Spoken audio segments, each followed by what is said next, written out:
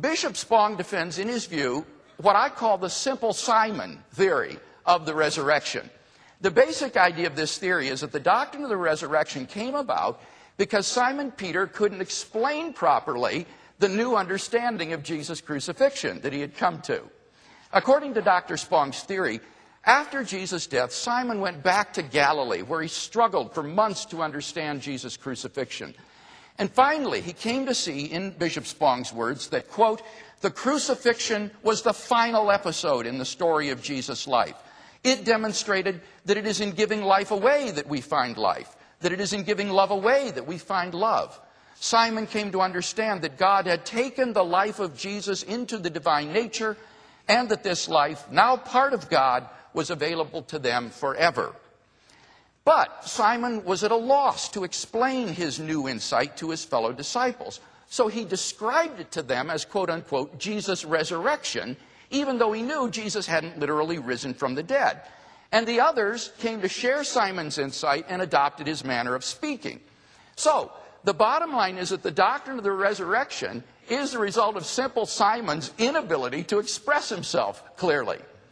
Now, what's funny about this theory is that even at face value, it doesn't even try to explain many of the phenomena that Bishop Spong himself said required explaining, such as the transformation of Jesus' family, like James and Jesus' brothers, the shift from Sabbath worship to Sunday worship, or the conversion of hostile Jewish leaders like Saul of Tarsus. So even at face value, the theory doesn't work. But even more importantly, the theory doesn't explain even what it sets out to explain, namely the origin of the disciples' belief in Jesus' resurrection. As N.T. Wright points out, Judaism had plenty of ways for talking about divine forgiveness, but declaring one's recently executed leader to be Messiah, or that he had in any sense been raised from the dead, was not one of them.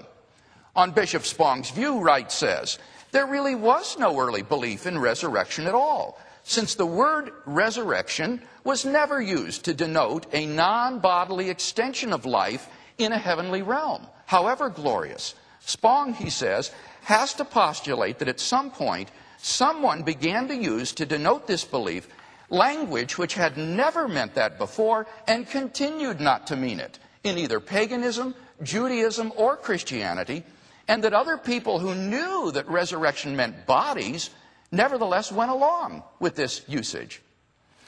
We might add to Wright's critique that using such misleading resurrection language to express the new meaning of the crucifixion would have been utterly counterproductive in winning Gentile or Jewish converts, because both of them denied that historical resurrections ever occur within history.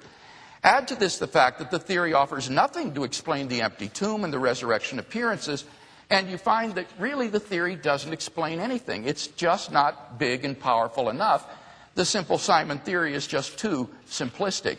I think when you compare the evidence, the earliest disciples gave the right explanation when they said that God has raised him from the dead.